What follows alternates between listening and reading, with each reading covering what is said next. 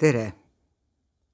Minu nimi on Luule Komissarov ja ma sooviksin teiega jagada ühte oma kaaskodaniku lugu. Sain ühel hetkel aru, et mul on oma elu elamiseks valida 2 viisi vahel, millest üks lõpeb tõenäoliselt depressiooni süvenemise ja suitsiidikatsega.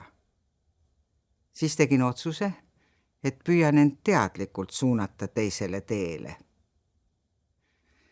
See võib olla ebatüüpiline, aga mina ei võtnud depressiooni kunagi kui midagi paratamatut, vaid kui iga teist tervise aspekti.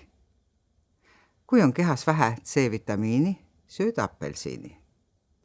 Kui sa ei soovi vähki haigestuda, siis ei suitseta. Kui ei taha depressiooni all kannatada, kujundad vastavalt ümber oma eluviisi ja mõttemustreid. Võtsin vastutuse, et kuigi ma ei saa muuta enda psüühika geneetilisi tendentse, saan muuta enda käitumist. Nii nagu keegi, kel on kalduvus rasvumisele, saab muuta enda käitumist ja harjumusi selle vältimiseks. See tähendas minu jaoks, et väldin ebaterve käitumise ja ennast hävitavate mõtete taastootmist ning lihtsalt otsustan keskenduda muule. See ei tähenda, et poleks olnud raske. Aga mind aitas suuresti otsus muuta oma käitumist nõnda, et ma ise ei süvendaks enda probleeme. See tähendas muuhulgas loobumist alkoholist ning regulaarse trenniga alustamist.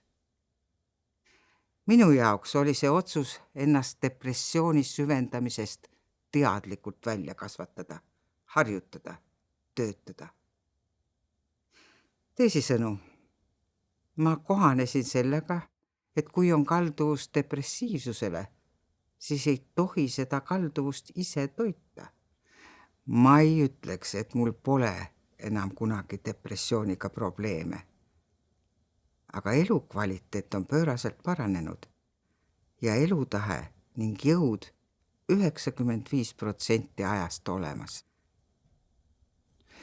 Mis on andnud lootust?